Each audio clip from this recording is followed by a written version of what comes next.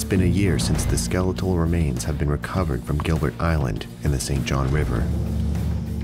The investigators have established that the victim was a white woman in her 20s with an underdeveloped left arm and an overbite. Her identity remains a mystery. Hair analysis from a sample recovered from the island shows some positive results. They were able to tell me actually quite a lot from that particular hair. When it was examined and straightened out, it turned out to be 35 centimeters long. They were able to tell me the color was enhanced with a dye.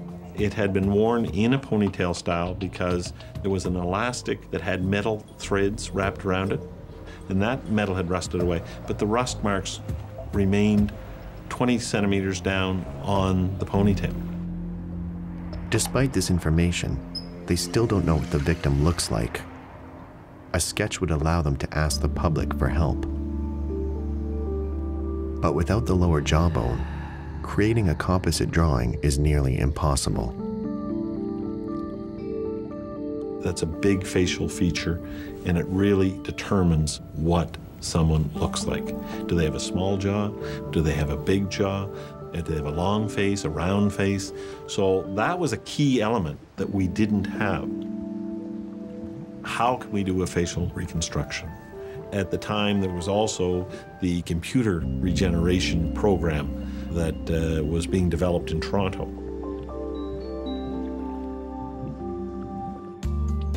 Dave Brown asked the Centre of Forensic Sciences in Ontario to create a composite drawing based on the information collected. A few weeks later, Brown is transferred to another province. RCMP investigator Philip Uhl takes over the case. He knows it will not be easy. He starts by coordinating another search of the island. I was hoping to find that lower mandible. We don't have much to go on. We were left with not knowing who this person is, where she came from, and also how did she come to be on that island. For 2 days, a team of 30 people conduct a large-scale operation. They search the island with a fine-tooth comb. Each square inch, each blade was turned over, and we found some small bones, several, but we did not find the part we were looking for, the lower mandible. Moira McLaughlin tries to determine how the skeleton got onto the island. We couldn't figure out how the skull got there without understanding the river movements and the water movements. And that's one of the things I have to do as a forensic anthropologist, is do what we call taphonomy. Everything that happens to a body from the moment the individual dies until it's found. And that could include water movements, movements of the current, the flood movements in the spring, what the vegetation is like. Has there been any human intervention? Were there any scavengers? So part of this taphonomic analysis was learning about the river. McLaughlin studies the flooding water levels of the St. John River. She believes the body could have traveled from as far as Fredericton, over 20 kilometers away. As the spring flood subsided, the body could have become hung up on the island. As it decomposes, it would naturally disarticulate and could become scattered by predators. Moira McLaughlin's taphonomic study will also answer other questions. We also had to know about temperature, because the temperature of the water affects decomposition. I want to try to figure out how long the person has been dead. How long does it take for a body to become completely skeletonized? In winter, the water temperature of the river is around 0 degrees. In summer, it can get as warm as 18 degrees. McLaughlin estimates that the body has spent between 1 and 2 years at the mercy of the water. During this time, the body is battered by the currents and pulled back and forth by the tides. The face, arms, hands, and knees have been torn as they were dragged over the rocks. After a few months in the water, it decomposed and would naturally disarticulate. the skin would gradually come off the body in shreds. The Fredericton RCMP received the composite drawing done by the Centre of Forensic Sciences in Ontario. Moira McLaughlin feels that even though the sketch is based on photos of the skull, it's not a good match and should not be used for a public release.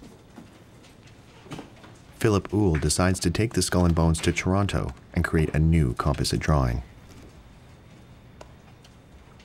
McLaughlin begins to doubt her conclusions regarding the victim's race. She takes advantage of the fact that the bones are in Toronto to ask another forensic anthropologist to examine them and to confirm whether or not the victim was Caucasian. The center takes a strong interest in this mysterious case and offers to do a diatom test as well to try and determine whether the victim had drowned. Diatoms are microscopic algae that are found in all bodies of fresh water, such as lakes and rivers. When a person drowns, the diatoms swallowed with the water are collected in the bone marrow, particularly in the femur. Because of the age and condition of the bone samples, the results don't conclude that the victim drowned. Philip Uhl turns to the Canadian Police Information Centre.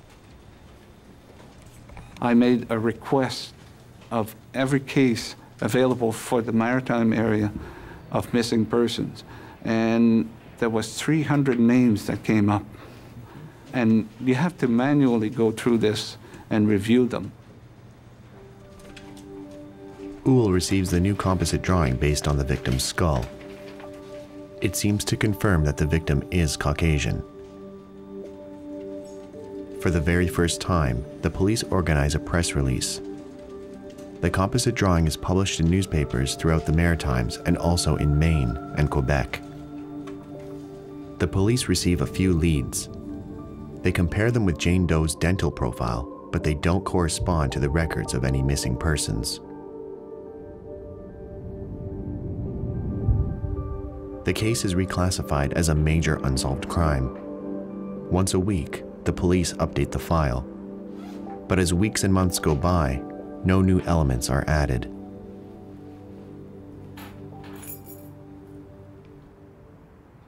Another year passes. The Major Crimes Unit investigators enlist the help of Michel Fournier. He is one of the best forensic artists in the country. They ask him to do a facial reconstruction of the victim.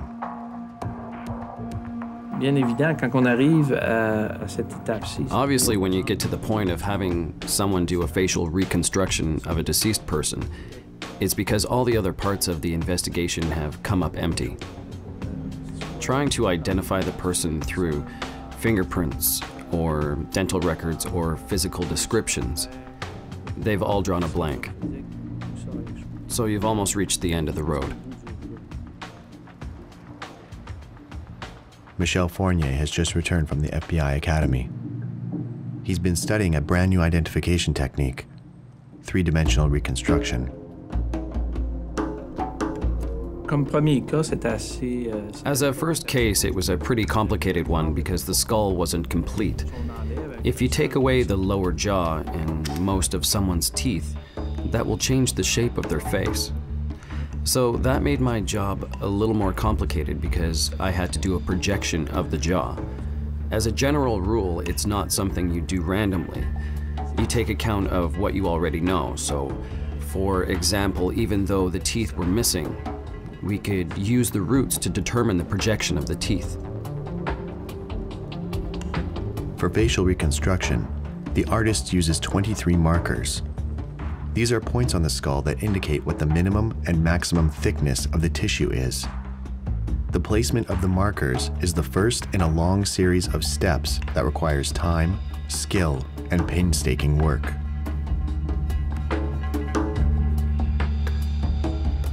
The muscles, tendons, and fat on the face take shape. Up to this point, the work has been purely scientific.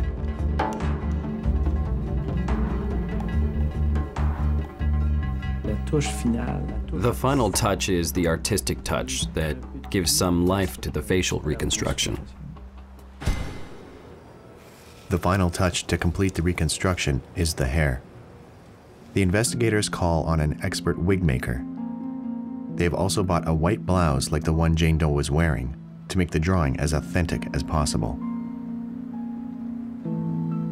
It's a revelation for Philip Uhl. It cried out. It was a person, not just a skull. And based on that, I was enthusiastic that this may come to a successful conclusion by identifying this person, who she was, what was her history, how did she come to be on the island. Investigators expect a lot more from this more human and lifelike reconstruction. Days and then weeks go by, and no one calls. It's a hard blow for the investigation. Dejected that I wasn't able to identify this person. But again, for some reason, the public wasn't coming forward. Now it's Philip Uhl's turn to be transferred. He is reassigned to Ottawa. The Jane Doe case is still open, but it seems doomed to become a cold case.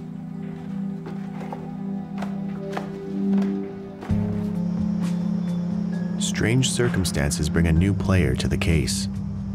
He will restart the investigation from square one, breathe new life into it, and send it into the newspaper, radio, and television headlines, this time with a new hypothesis.